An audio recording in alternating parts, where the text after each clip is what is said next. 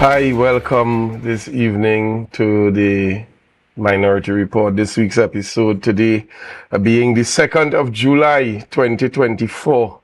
It is indeed amazing that we have already crossed the threshold of the halfway mark in 2024, when it seems as if it was only yesterday that we had our New Year's celebrations.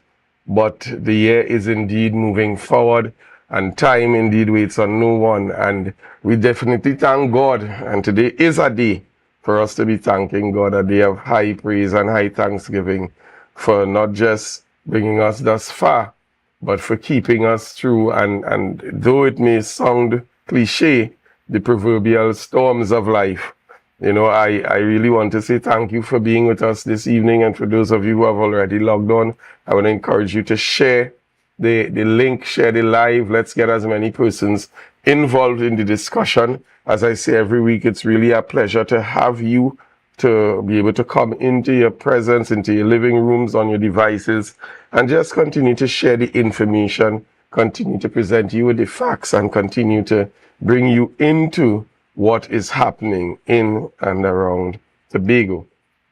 I want to say, for those of you who are looking on, you can indeed follow us on the Tobago Updates website. You can follow us on the Tobago Updates YouTube page. However, the platform that many persons seem most comfortable on is the Tobago Updates Facebook page, where you can actually comment, share your views, and so on, and be a part of the active discussion. If you are joining us for the first time and you are an Amplia subscriber, you can also follow us on channel 102 on the Amplia network, and you can sit in the comfort of your living room and be a part of the show. You may not be able to comment, but you can indeed absorb the information as it comes forth. Today is indeed a good day. It's a great day. It's a day where we indeed shall be able to, and from now throughout the history going forward, be able to give God thanks and to lift up and say, as the psalmist David said, had it not been for the Lord who was on our side, the storm called Beryl may have indeed swallowed us up. And so this evening I want to go right into our program as I prepare to introduce with me in studio, to my immediate right, Minority Councillor, Mrs. Petal Daniel Benoit. Welcome this evening, Minority Councillor. Good evening, Marilyn. Good evening to our Minority Leader. Good evening to all who have logged on to the Minority Report. Thank you for joining us for another episode.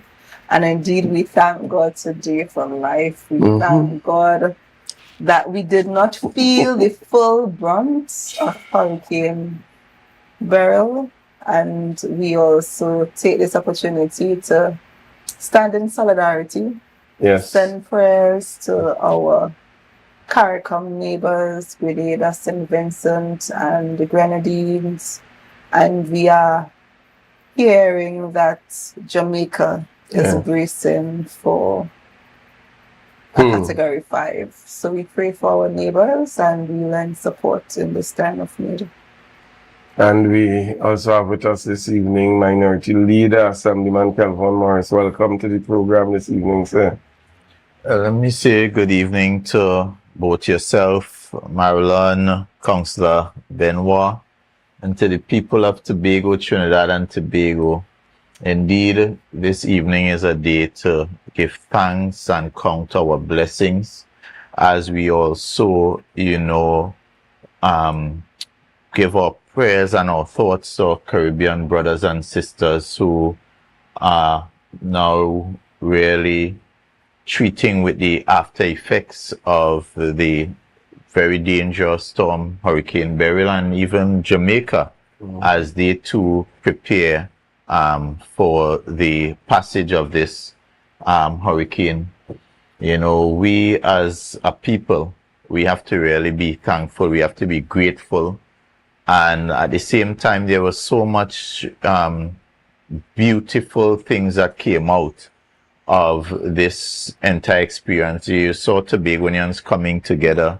You saw us joining arms in arms to ensure that, we are very ready to help one another neighbors, ensuring that other neighbors' homes were secured. Yeah. And we really saw the best of Tobago coming out during the preparation for that storm. And I hope and pray that we would, going forward, we can take that kind of unifying spirit to ensure that we support one another in all our endeavors going forward. So I really want to thank all our first responders, TEMA, the Tobago Emergency Management Authority, continues to be a shining beacon in Tobago, Trinidad and Tobago, and the Caribbean. And, when you hear people say that the PNM has not done anything, and you really ask yourself if they don't understand that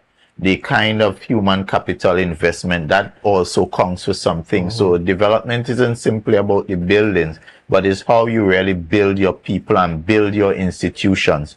And when you look at that institution called TEMA, we must say hats off and kudos to the former Chief Secretary, Mr. Orville London, for his vision, for his foresight, and for really giving Tobago an institution that we all can be proud of and feel comforted and feel secure that whenever there's any emergency, we have an organization, an institution that can assist us in being prepared and ready to respond. So I even heard the Chief Secretary paying homage to Mr. London, and that should tell you. So, but we really want to really thank again former Chief Secretary Mr. London for that period of leadership, and for all those who came after him, Mr. Charles, Kelvin Charles, for building on that, and Sil Dennis for continuing that. And therefore we continue to see TEMA being a shining light even in the midst of a very dangerous storm. I know, and again, on the heels of that minority councillor you would have mentioned in terms of our CARICOM neighbors, it was heartrending to me this morning to see what happened in Carriacou. It heartrending and concerning at the same time, because I know many persons, including myself. I have relatives who live in Carriacou, and all attempts to make contact from yesterday proved futile. So when I saw the video this morning, and the first thing that came to me was the thought of concern for relatives. The second thing that came to me was that this could have been us. Yes. Yeah. I think this could have been us. And I don't want to sound overly religious, but thank God. No. You really have to give God thanks. Thank God that His hand continues to be on this Twin Island Republic, and we continue to see His grace and especially His mercy. What I saw in the video of Carriacou, and the thing is, people were walking around, coming out of the rubble of their homes with a smile. They thank God for life. And they were simply thanking God for life. Yeah.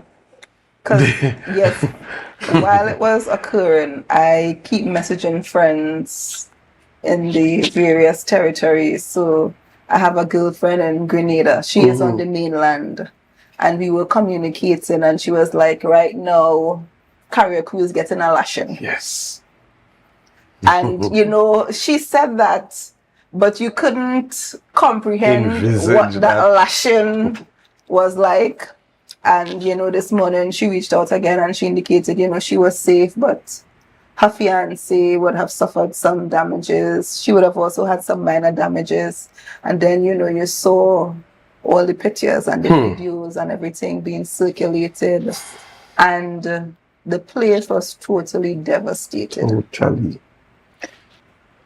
Yeah, it is. When you see those videos, and I think for me as well, I really thought to myself, I was like, wow, we were really spared. Because, when you hear category 4 and it's one thing hearing it Yes. and about it and then seeing it in action, where Yeah. you're seeing basically these roofs flying off like Yes. paper. Yes. And you're saying to yourself, but this thing was on the verge. We just got away by the and I'm thinking, you may feel like, yes, you're prepared. Yes, your roof is properly secured and all that. But when you see the venom Yes. of that wind force. speed, the force, and it was just, based on all reports, Carriacou is almost totally flattened. Totally. But the resolve of the people, though, when you see, I am thinking to myself, you just experience your roof blown off, you almost lose everything, and your homes are like paper in a rubber. Yes. And you resolve the fact that they basically have the strength to understand that ultimately, while these material things have been taken away, I still have life. I survived, and I think that is what that was, that real. That was the common theme. Everybody said I survived, and as we prepare, because I expect that this is going to be a very busy rainy season, hurricane season, and therefore we have to continue. One, to be prayed up. People, I know some people don't believe that there's a higher being that controls and allows things and prevent things, but we have to be thankful to the Almighty, because it could have been us and it could have been worse, and the fact that we have been spared is sufficient for us to give thanks, to give praise, and also to be even better prepared as we go forward. Yeah, and even as we speak to Hurricane Beryl this afternoon, 2 young ladies were speaking about the devastation and how we escaped, and how they were sitting, waiting, preparing for the hurricane to hit Tobago. And a gentleman who was just a bystander, and apparently he experienced Hurricane Flora. He immediately got into the conversation.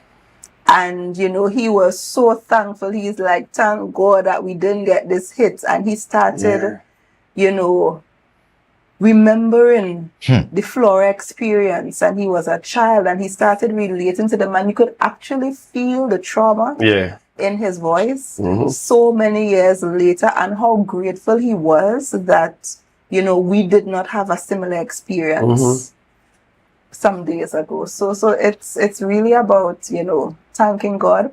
And I would have seen some unconfirmed reports where there were some fatalities as it relates to Hurricane Beryl, some fatalities in Grenada, St. Vincent, and the Grenadines. So we continue to keep because even when and this is what I consider so fortunate, because when you look at the location of the storm passing through coming from the Atlantic into the Caribbean Sea, and in terms of the passage going east, northeast, that kind of direction, the storm was located closer to Tobago than Barbados.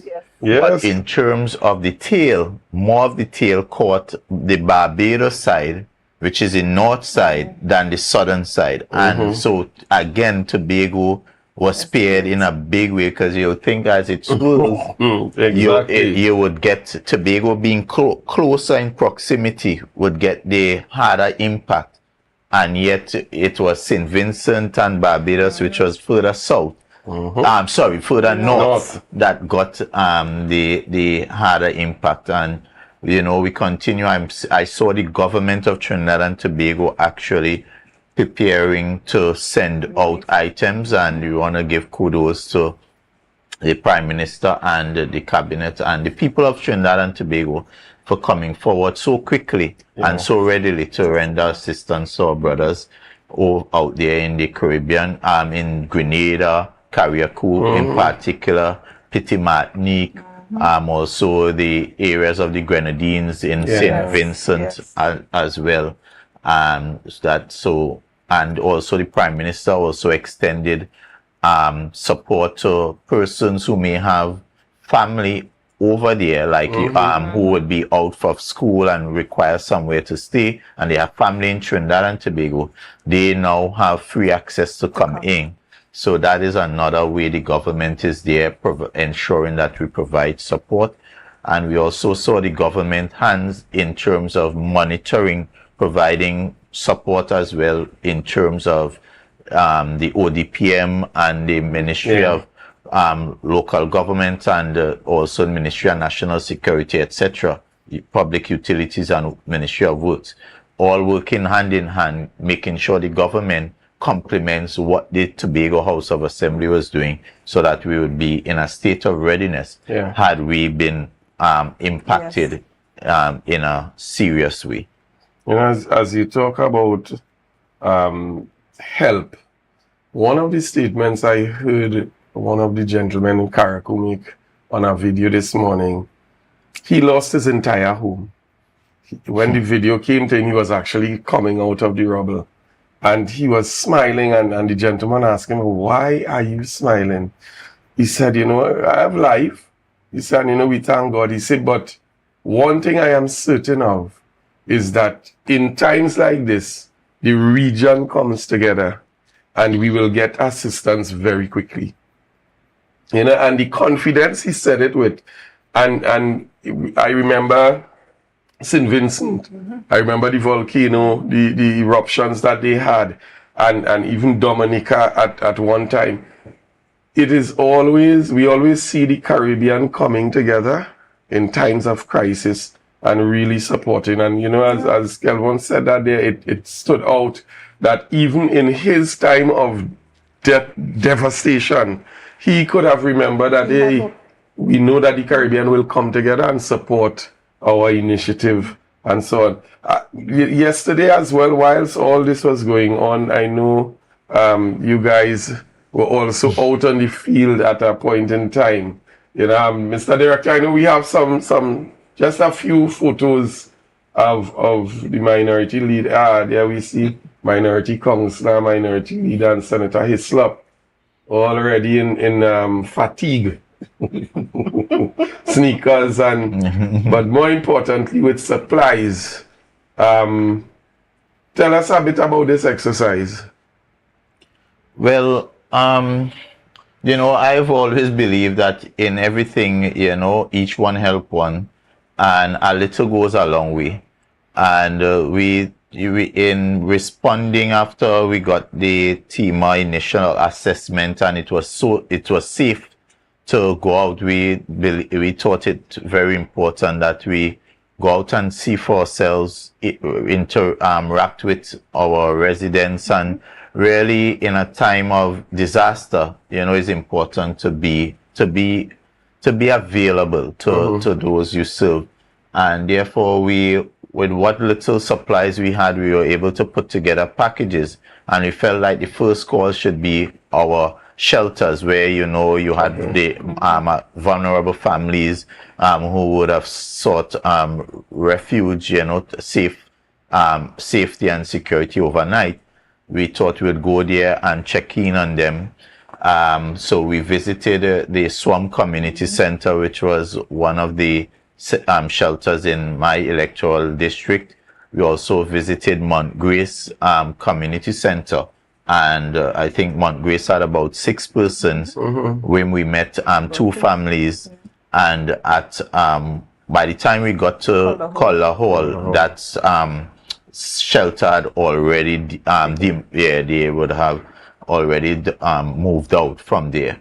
But we understood that it had about 18 persons there as well. Okay. And when so we would have gone out with supplies, and what part of the assessment is to drive up. We took into consideration the report from TEMA, which gave us an idea as to where they had incidents of fallen trees, that kind of thing. So we were able to get a full view of that as well.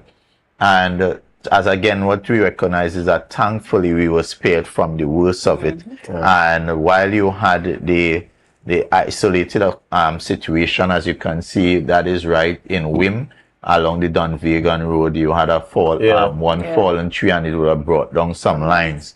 So you would have that kind of we had those situations dealing with. But for the most part, in terms of damage to property and person, we were spared of any serious damage to property and or person in our area. I think Mount Grace had maybe two fallen trees, I think blocked roads, and maybe a house or so where the roof was affected.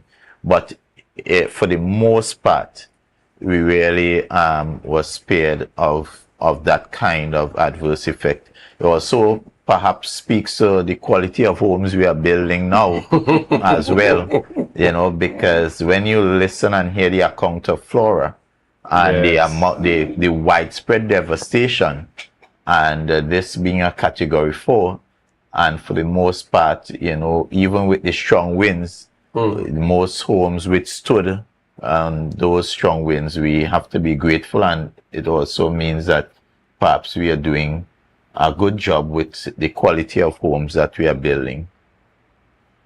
Minority Council, I know you guys met some persons at the shelter. What was the general sentiment? I mean, it's never an easy thing to have to leave your home to get into an environment where you're not used to and so on. What was the general sentiment? I think the general, well, for us, we were happy that we were able to go out and meet and engage not only with the persons in the shelter, but in some instances, some of the coordinators. Oh, okay. So in terms of the relief that we brought, it was appreciated. We would have spoken to, as the minority leader would have indicated, persons in the shelter at whim. They were comfortable. They were unsure as to the next steps in terms of what would have happened or what will happen going forward, because they did not have any radios or anything like that to keep them informed. So they were dependent on the intermittent messages that they may have gotten from phones and that kind of stuff. So it was really good that we could have provided support. We could have interacted and engaged. And at the center in Mount Grace, we were able to talk to the persons there as well as the coordinator, and they would have shared some insight as to what would have transpired over the night, how they felt, how they engaged, and that kind of thing. So it was really an eye-opener, and I think the information that we gathered could help in going forward in terms of preparedness for subsequent natural disasters. And from all the reports, this will be a very active season in terms of hurricanes and storms. We also see 2 more in formulation. So I think this is something that requires all hands on deck. So minority as well as majority providing support in the best interest of the people. And I am sure that I'm speaking on behalf of the minority leader, but the minority team at the minority is willing and able to assist in whatever way we are called to in a time such like this. Definitely. So I also personally want to thank in terms of yesterday, former Assemblyman Clarence Jacob. We were able to make a call and very quickly responded to ensure that we can lend some assistance. And of course, you saw with us there Senator Lawrence Hislop as well, who availed himself, and we were able to go out very quickly and provide that hand of support. And as a minority councillor touched on the topic of, us being able to really put Tobago first. And, we've always demonstrated that both in words and in action, that when it comes to the business and the people of Tobago, it is always about Tobagonians and their interests, ensuring that we can provide a platform where everyone is safe, everyone is secure. And what I'm going forward, I will definitely reach out, as I did prior to the passage of the hurricane. I did reach out to the director at TEMA, and again I would just reach out because while we commend the work of TEMA and the preparedness and the response during the storm, we did notice some areas, some gaps in the system that, of course, as we go forward, requires us to strengthen. And we know there's no perfect system, so we will share those observations with them. One I can publicly state is the coordination with respect to the shelters. That requires some more work. Yeah. There was clearly some misalignment of resources, where one center that did not have a lot of people had a lot of cuts, and the other center that had more people didn't have any. So there is some work to do there, but I think it is a work in progress, and therefore this was also a sort of dry run, for us even getting better as we prepare for the other systems to come.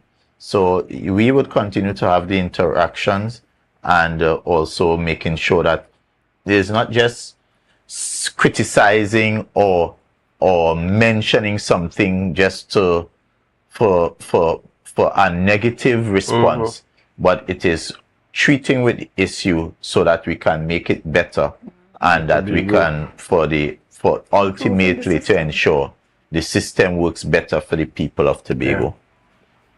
So indeed. Folks, we're going to take a short break. We would have been spending some time discussing the recent hurricane which we experienced here, Beryl, and which went on to do a bit of damage throughout the region. So when we get back, we're going to be changing the conversation a bit. We know that Beryl came literally on the heels of our local or Tobago budget statements and budget debates. So we're going to probably get a feel of that when we get back. So stay logged on, and share the live.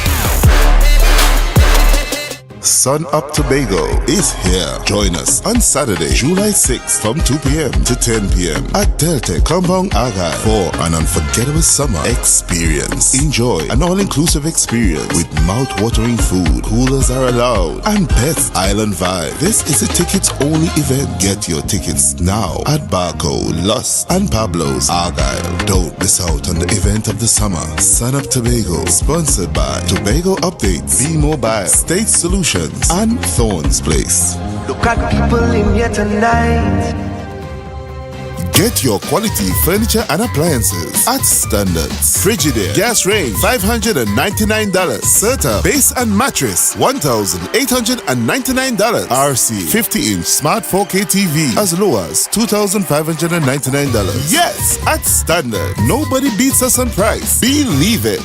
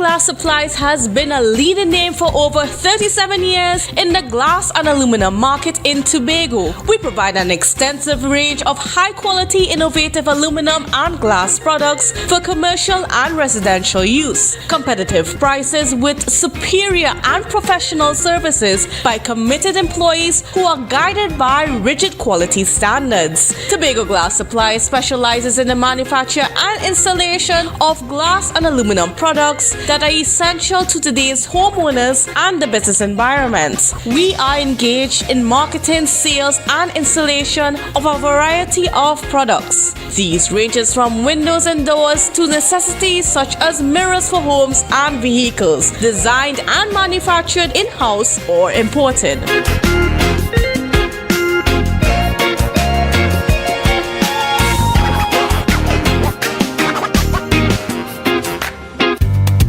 Dance Ensemble Tobago presents our signature event, a festival of dancing, Tobago Dance Sport Championship and Dancing with the Caribbean Stars. Dance in with DNA, our 11th edition, Saturday, July 6th at 5 p.m., Shore Park Cultural Complex. Featured in this year's lineup, Assemblyman Trevor James, Mrs. Petal Daniel Benoit, Mrs. Diane Baker Henry, Miss Davia Chambers, Miss Leslie Ann Ellis, and Miss Sinel Dempster. Limited early bird tickets. Adults $150. After party only $100. Children pay $75 at the door. You don't want to miss this one. Get your tickets early from Dance Ensemble class members, D&D Jewelers at Tobago United Cooperative, Milford 24 Gas Station Canaan, and the Shore Park Cultural Complex box office. For more information, contact Nikisha White at 772-9049 or Nelisa Dick 340-5758.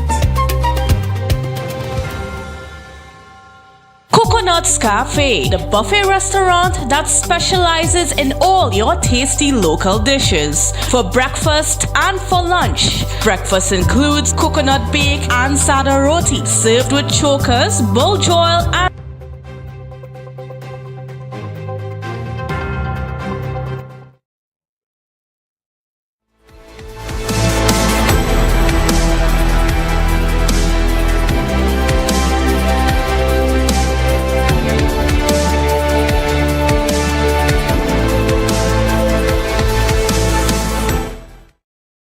Folks, welcome back to the Minority Report. And I mean, just before we get into the next clip that we have lined up, I want to just piggyback on one of the ads that we saw recently. Yeah, man, run it again. I want the director to just cue up that ad again with the dance competition. Folks, in case you missed it, I will break it down a little slower for you. We have competing this year as the odds favored in the odds to win the competition. The minority councillor herself, Mrs. Petal Daniel Benoit. We trust that we're gonna see her on the highest podium at the end of the competition. This is there's her picture. Where is it? Okay, this is an imposter in the competition. This is it. The only challenge she have is to beat a man that that is the Godzilla, that is the just don't make him beat you. You have to lose to anybody else. Just don't let Trevor beat you. No, just don't let him beat you. That is all we say. You know, so folks, we have the minority councillor ably competing in the Dancing with the Stars competition. So we have big dancer in the house. We have we well represented, you know, and you all are practicing hard. Yes, so folks, come out and give our counselor your support. Yes, we're rooting don't feel anyhow in terms of bringing a placard and shout out. Yeah, that's welcome. Boost the confidence. Yes. So we're coming out in our numbers, and we are coming out to support Councillor Daniel Benoit. Appreciate it. Right? Appreciate it. Yeah, I really commend the effort and the decision to accept the challenge. Well, I hear she been practicing day and night. Yes. In the practice center, home, on the streets, when she come out, she going to work, she practicing. So we expect great things from the minority councillor, bringing the trophy home to the office of the minority leader. Indeed, I'm putting my best foot forward. Yeah. We want that trophy. We want that trophy. Nah, man, I am very confident that, Yeah, definitely. Councillor Benoit will represent. Will represent. Well, The pressure is on. so now it's out there, folks. Support. I think there's a vote. Yeah, there'll be some voting on the day for People's Choice. People's Choice. On that day when the voting session is opened, I encourage you to support. I think there will be a specific number for each participating competitor. And the good thing is, this is not like the EBC. You could vote more than one. Just a hint to those of you who will be voting. Yeah, very, so very for well. that segment. So you definitely have our support, and we know that everyone throughout Tobago will be supporting you as well. I appreciate that. We're behind you. But we don't tell you who to beat. So folks, we want to shift our conversation. As we know, last week we had the budget statement presentation on Monday, and then on the Thursday we had the budget debate presentation. A very, very long and tedious exercise. I don't know. The grace of God had to be with the minority leader and councillor. But we want to begin with a short clip of the presentation from the minority leader, and then we're going to have a bit of conversation. Mr. Director, run that clip, please. The data as it is. What is instructive is that by their own admission, they inherited a GDP from the PNM administration of over $1.68 billion. Now, if you inherited a GDP of $1.68 billion in 2021, and 2 years later, you are saying that the GDP is $1.6 billion, even a primary school student, and my dear godson in the gallery, would discern that that is in fact a decline. This is a massive admission of failure the Chief Secretary failed to accept and tell the people of Tobago.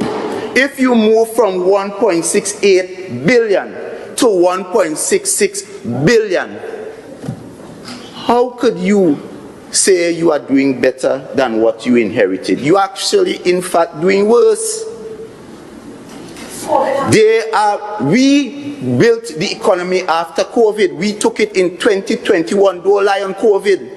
Do not lie on COVID. The PNM showed you how to restart an economy after COVID, and that is why we were able to move the economy from 1.61 billion to 1.68 billion, a 4.2% increase. That is governance.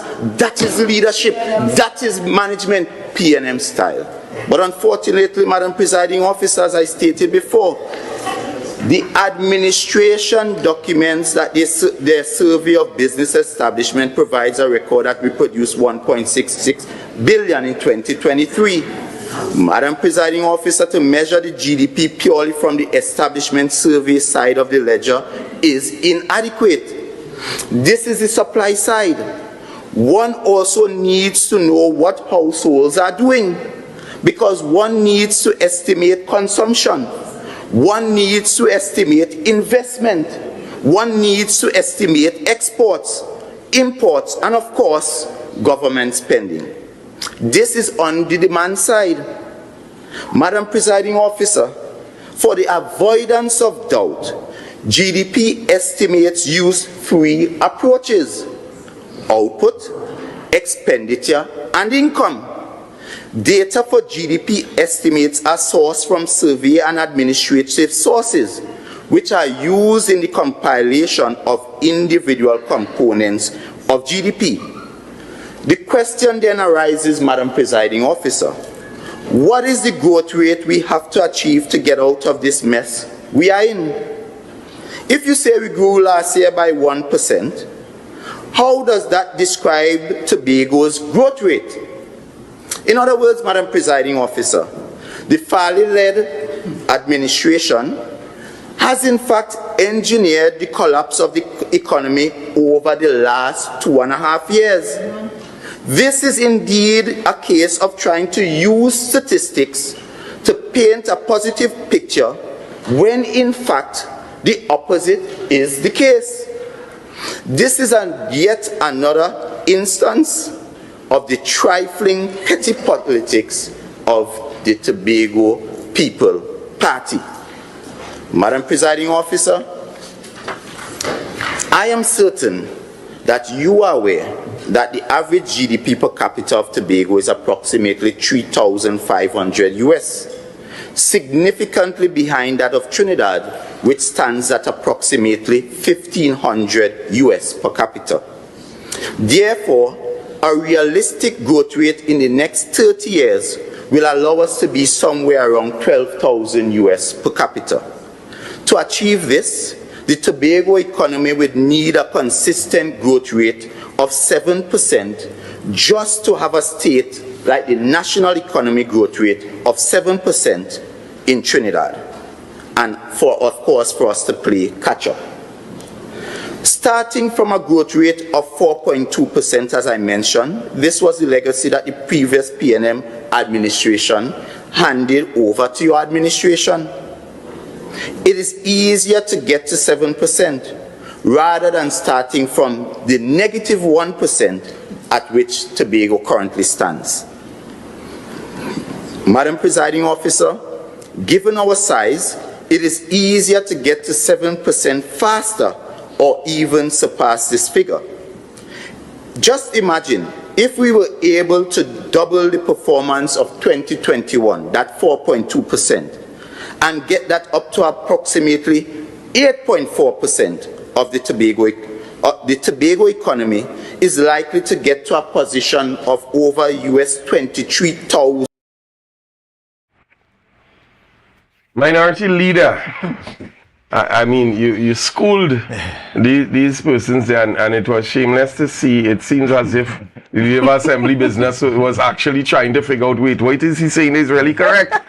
You know, that point you made there with respect to the economy was handed over at a 4.2%, a plus 4.2%. I think that's important for Tobago to know.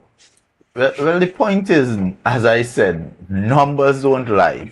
People do. And we all know, if we're being real frank, we know the Chief Secretary is consistently inconsistent with his word. And his numbers. And therefore... consistently inconsistent. And therefore, what the Chief Secretary attempted to do by coming to the Tobago public, he came and said, here what?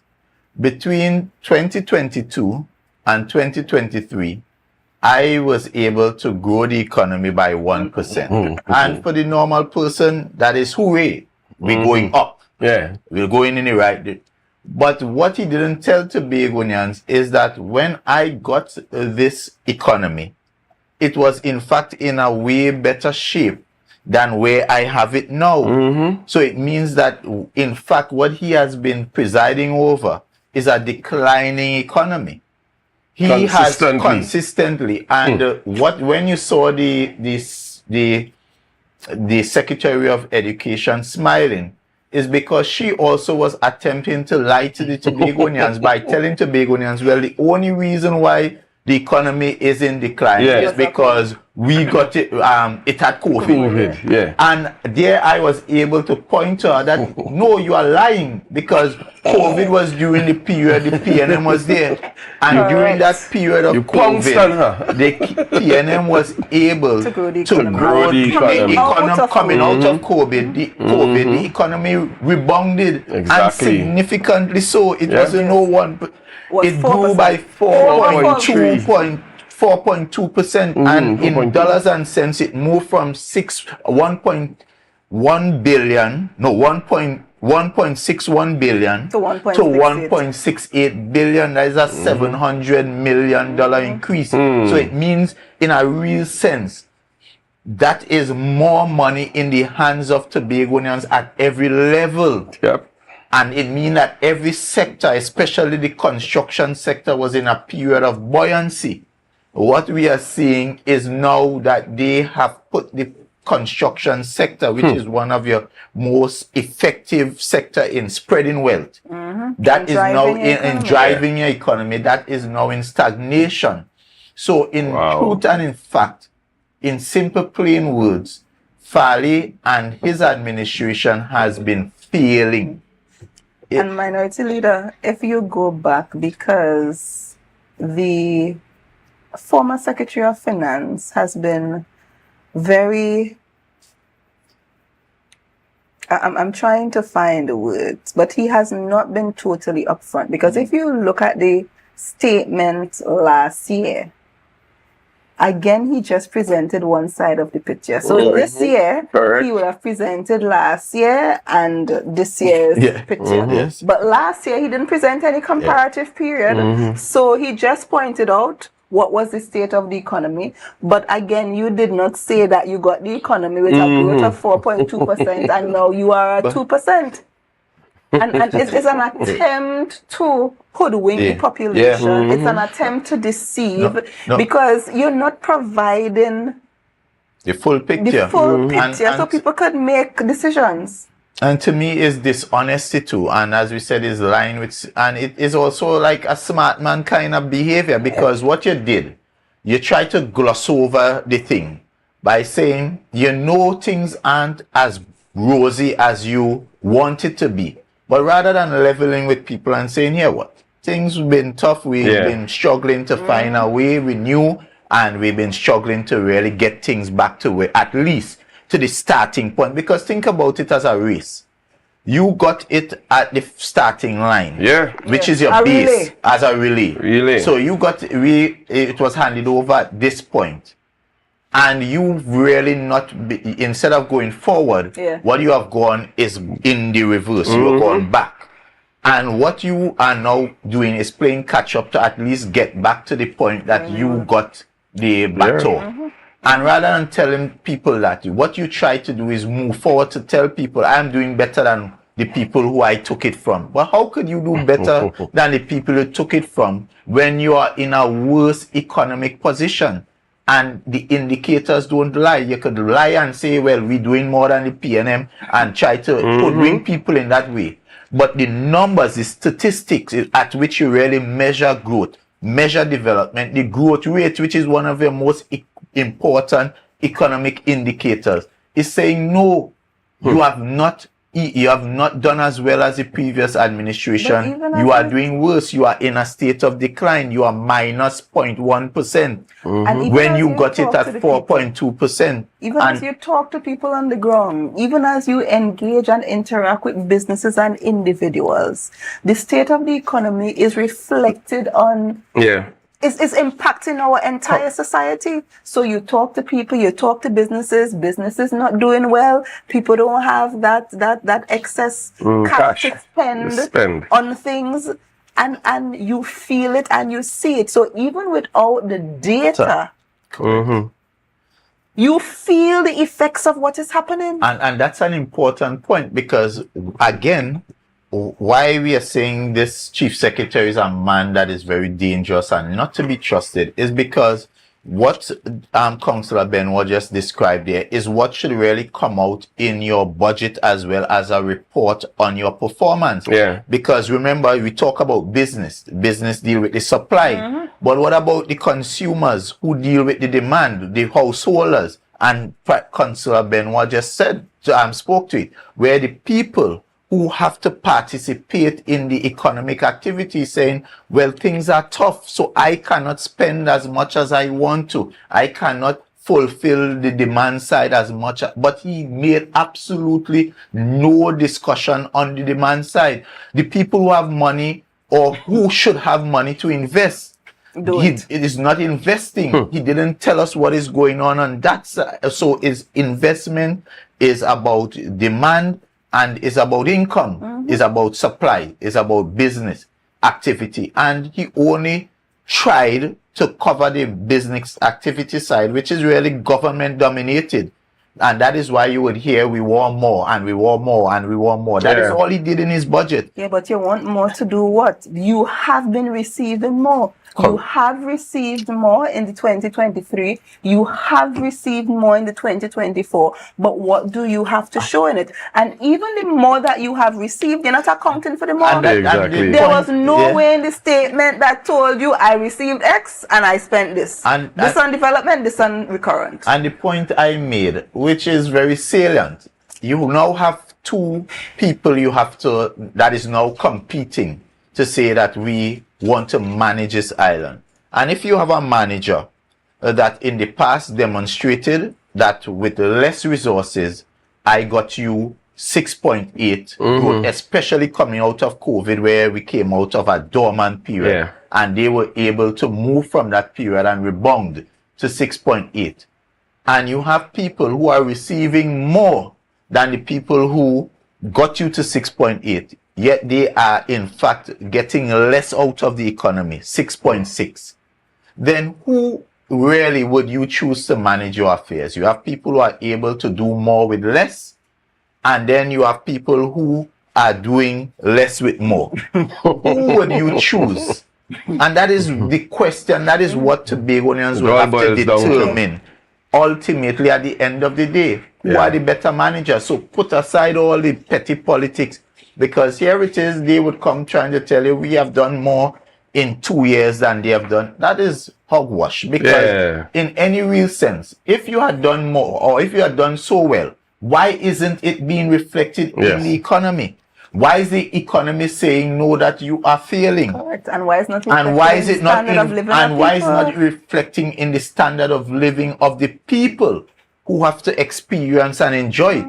The people generally, we walk the length and breadth of Tobago, Charlottesville to Crown Point, Castara to Scarborough, Wim to Bethel, Speyside to down at Pembroke, and the cries are about the same.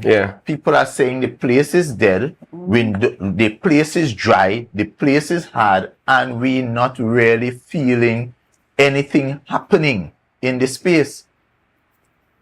So that is what was pointed out in plain sight, and they couldn't respond to it. The chief secretary is yet to justify or to say how come or why didn't you tell Tobagonians? Why didn't you tell Tobagonians that your economy is underperforming? Because that is what the data is saying, and they're underperforming so bad that the chief secretary couldn't even find achievements to stand on its own for 2023, that he had to cut, basically group everything. And in 2023, he's telling you about what they have done in 2022 and 2023, because they just didn't have enough to speak about in 2023. And even when you listen to the secretaries, because one of the things that the chief secretary made it a statement is that the secretaries, he is being summarizing his statement, but the secretaries will express and drill down and give you all the achievements as well as what they intend to do. They didn't get the memo. And clearly. Yeah, they didn't Because get that very memo. few of the secretaries, one, would have told you what their achievements were, Yeah. and two, told you what they expect to do with In the next fiscal. allocation that they want to get. Most of them spent the time rebutting the minority leader. Yeah, and the other thing is when they reported what they have reported as achievement, in a real sense, is it daily Day-to-day run of the mill, operations. day-to-day operations Yeah. that any government is expected to do, and in fact maintenance stuff, because it's things they met and all they did was really continue. But and these are the same people trying to give you the impression that they have done more than the PNM. I counted on my hands, based on what they counted at any new programs. There were at least, I'm saying, I counted and I couldn't find 5 new programs of any worth that they would have implemented on their own and that they could confidently put forward to the people as something life-changing, something meaningful, something that would have really improved their lives. There was little to none. But Minority Leader, there was also a statement, and I was a bit confused hearing this particular secretary speak of his recent trip to St. Vincent and the fact that for their housing project, with their standard of living, they were able to qualify for an international grant to assist with the housing. And it seemed as if he was a bit perturbed and upset over the fact that the standard of living that international agencies rate Trinidad and Tobago at means that Tobago cannot qualify. Is it that he was trying to say that Tobago needs to be poorer so that we could get the grant? Because that's how it was coming across. Well, it seems to me that for some of these secretaries, they base their existence on just simply spending. It's not about earning. And that's why I told the chief secretary, to me, this mantra, Tobago the greatest little island, seems to be just fanciful talk, and they don't truly believe it. Because if you're the greatest, you want to be operating at a standard of living and a rate where you don't have to beg or you don't have to rely on some grant. And for a secretary to be saying that we should basically be poor so that we could qualify for a grant, what kind of backward, low life thinking that is? That it's just like it's basically an individual saying, I want to live off of the state. I want exactly. That's a welfare mentality. What kind and these are the same people in the same breath saying that Tobago the greatest little island. If you see yourself if you really believe that, then obviously you would want to be operating at a standard where we are generating wealth for people and we have our people living as kings and queens on the island, and therefore initiatives like 10 on and 10 off should not be the way. It should be about creating sustainable jobs so that our Tobago people could earn a livable income and be able to buy their nice car, build their nice house, and send their children to the best schools available to them. I saw, and just to continue on the secretary and talking about his experience, I would share something. It may be a little controversial, but I would share it at the end.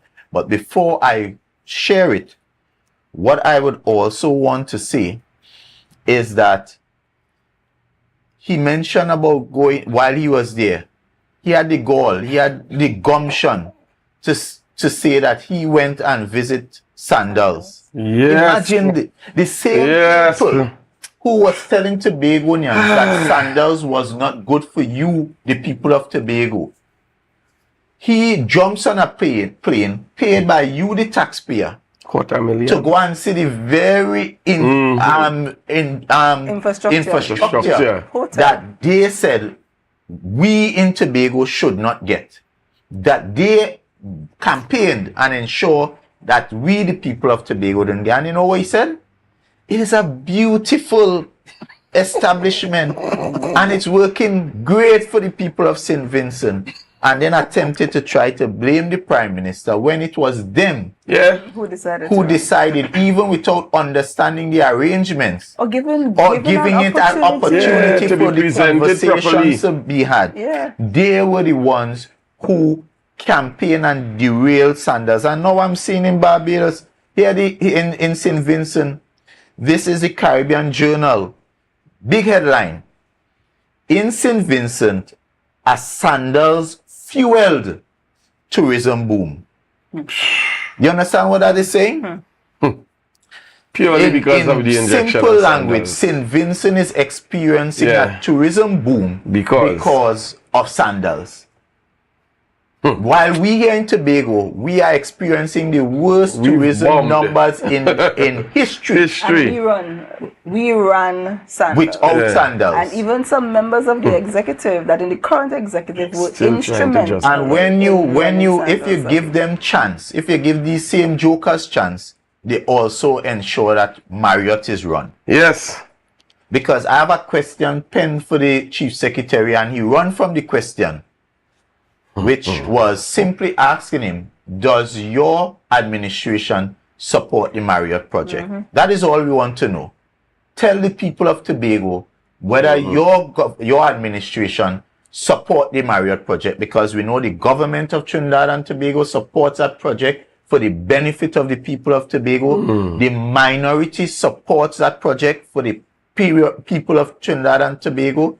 And the People's National Movement Tobago Council supports that project on behalf of the people of Tobago, understanding its importance in giving Tobago the same kind of chance, same kind of competing opportunity as what St. Vincent now has with the rest of the Caribbean. Yes. Because you're seeing St. Vincent has moved from having no American Airlines flight to American Airlines just popping up. No JetBlue flights to JetBlue coming more than once a week. British Airways have moved their flights from once, twice a week, and they are now increasing their rotations. They are seeing boom, and the people are feeling the effects. There's over 500 people employed. Yes. I'm seeing the cultural people, such as, remember, Lornette, we used to call her, who's performing every Wednesday at Sanders, because they have theme nights, and every night you get another kind of cultural experience. Just imagine. So remember, I was telling Tobagonians that nobody else does make money, and nobody. And what the article is also saying is not that everybody's coming to the Sandals.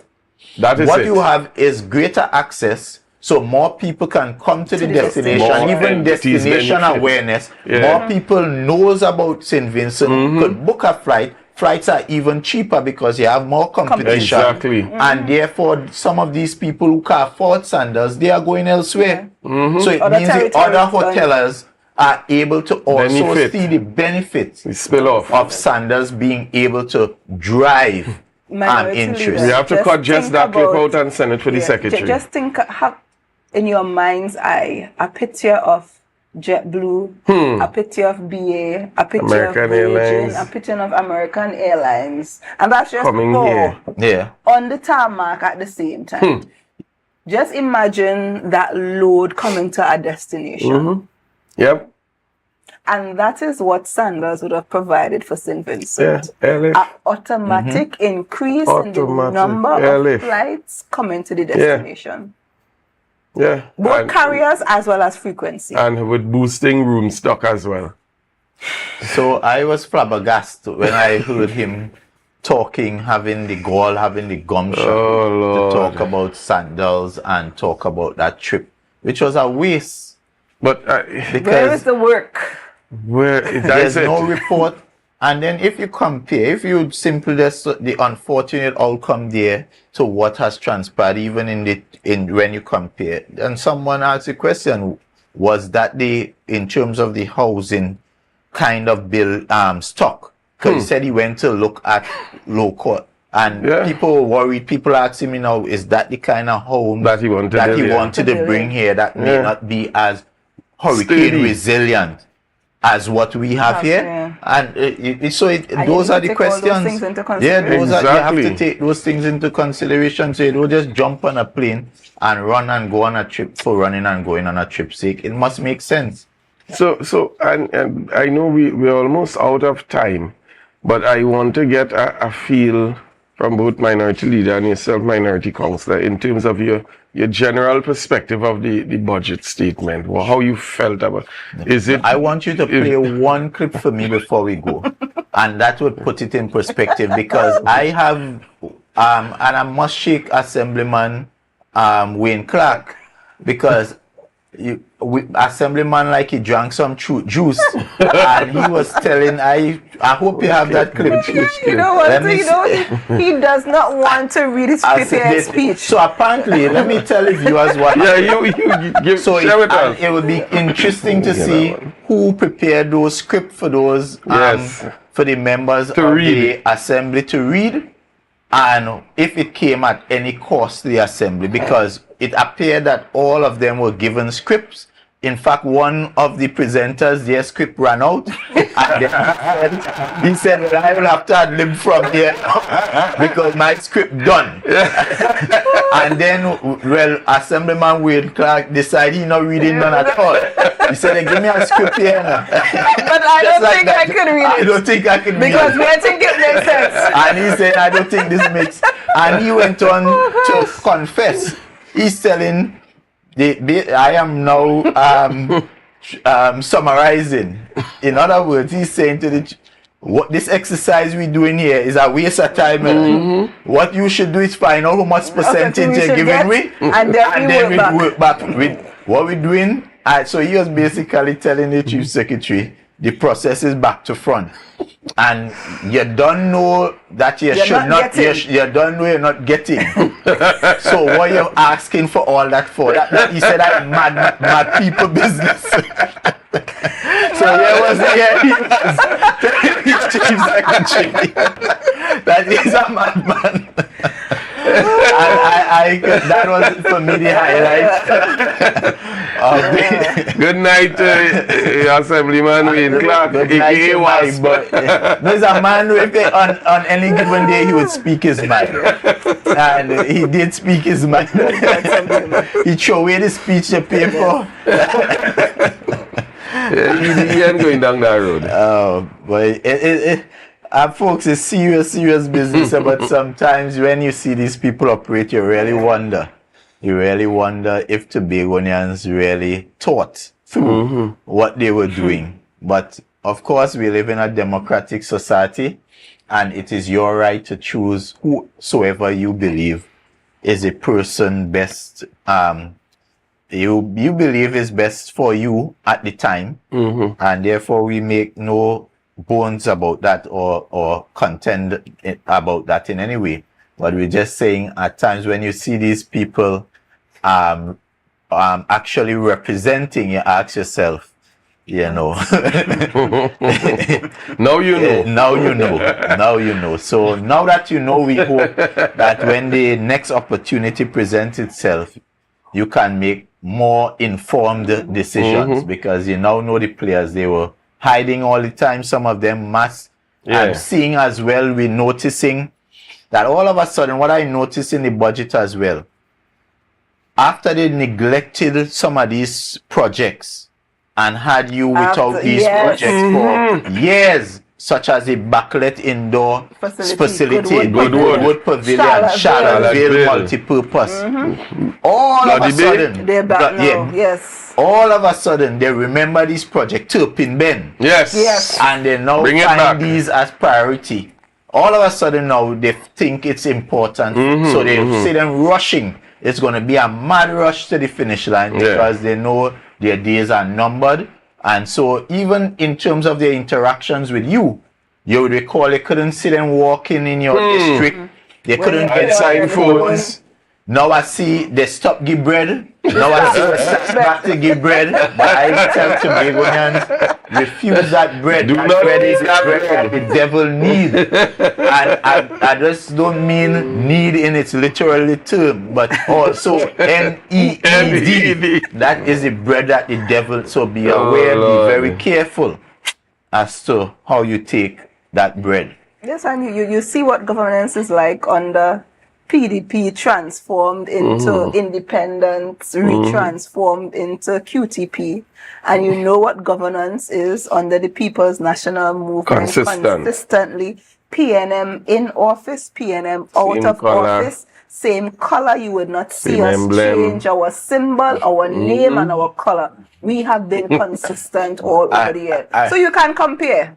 I'm seeing someone asking about the audit report, and I expect that at some point this mysterious audit report would resurface. You're not hearing nothing about it. Though. We were told we would have gotten it since in 2022.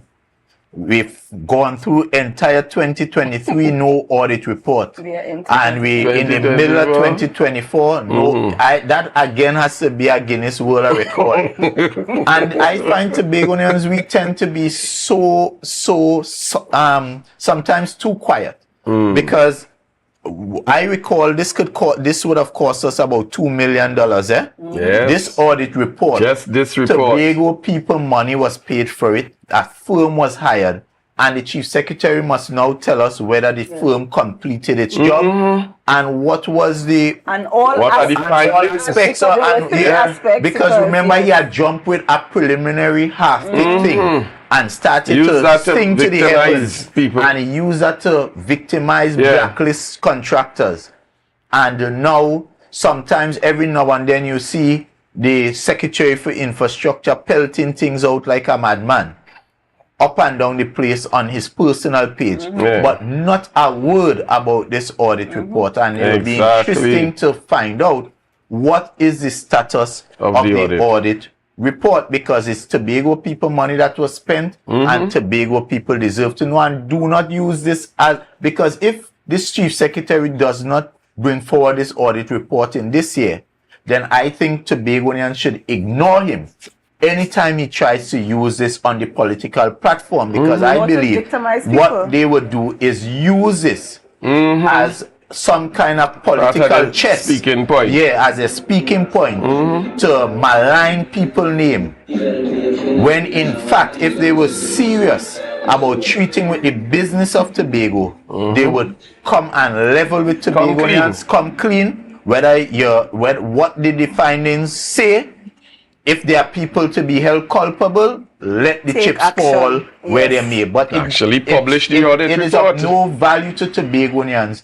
You keep singing and hinting that something went wrong and you blacklist people when in fact you have taken no serious action. I can tell you on the contrary, while we don't have an audit report, we have been taking action, and you would have heard in the budget presentation one such action that is on its way. And I tell Tobagonians, sit back, relax, brace yourself, more to come. Minority Councillor, you're wrapping up comments. For me, the budget statement was all over the place. Disappointed. It was a lot of words, but lack any substance. I want to commend, because I didn't get an opportunity to commend the minority leader for his response. And I think it was very comprehensive. It was given in a way where everyone could understand, the man could understand what was being said, and he broke it down systematically in all the various sectors and divisions. So minority leader, commendations to helping the people understand and unravel what was really being said, as well as giving the alternative. So, if given the opportunity again under PNM administration. Let me... And finally, I want to extend and invite persons to the second annual WIM Anglican Arts and Jazz Festival. That's my alma mater. People come out, support. It's next Wednesday. 2 p.m. at the Buko Integrated Facility. Last year was a blast. It should have been today, but of course, due to the hurricane and all that was happening with the weather conditions, it is rescheduled to next Wednesday. Marilyn, make sure we give some come support, out and support give some out to the second annual WIM Arts and Jazz Festival. So yes, we are encouraging district sports, each and every one of you to come out and support. I want to also commend the minority councillor for her participation, her strong rebuttal, and also always able to present information in such a relatable way. Yeah. And I think that is something we continue to appreciate, minority council. Let me also extend to everyone, because as much as I presented the budget, it was really a team effort, and we got support from Tobagonians across the divide. Yes. Tobagonians who support the People's National Movement, and Tobagonians who do not even support the people, but support Tobago. So there were some Tobagonians who felt it important that, part of building a strong Tobago is having both a strong majority as well as a strong minority. And this budget exercise is important, and Tobagonians from all walk of life came forward and gave their input.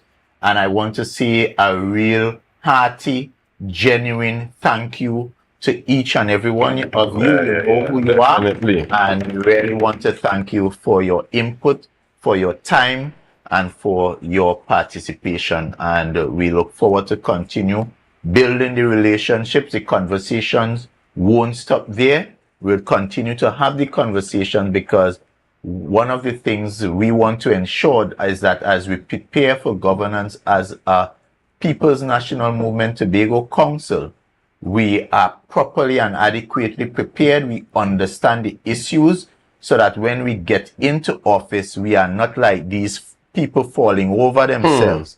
We will be going in with our eyes open, ready, able hands, ready to take Tobago forward from day one. And therefore, I want to thank each and every one of you again for your prayers.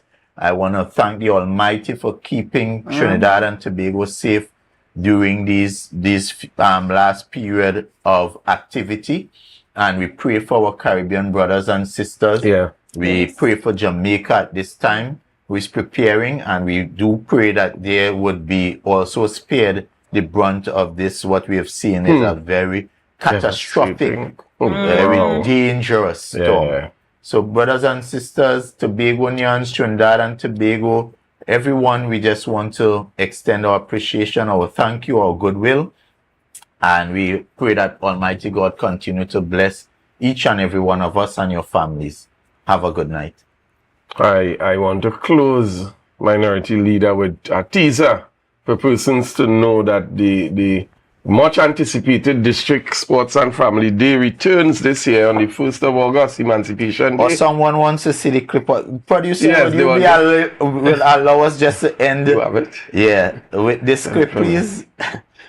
While we're queuing that up, while we're getting that queued up, the District Sports and Family Day, Minority Leader, I mean, this is becoming fast. I mean, one of the fixtures in Tobago now when it comes to any assemblyman putting off an event. And this year again, we're at Jubilee Park in Sangsters Hill, 10 a.m. to 6 p.m. We're going to have a grand time. It's going to be a big, we have almost an activity for almost everyone. We're going to have our small goal tournament, so bring out your 7-a-side. And we're inviting teams from across Tobago. Yes, it's a Darrell Spring WIM, but we also compete strongly with the people from across Scarborough, Mount Grace.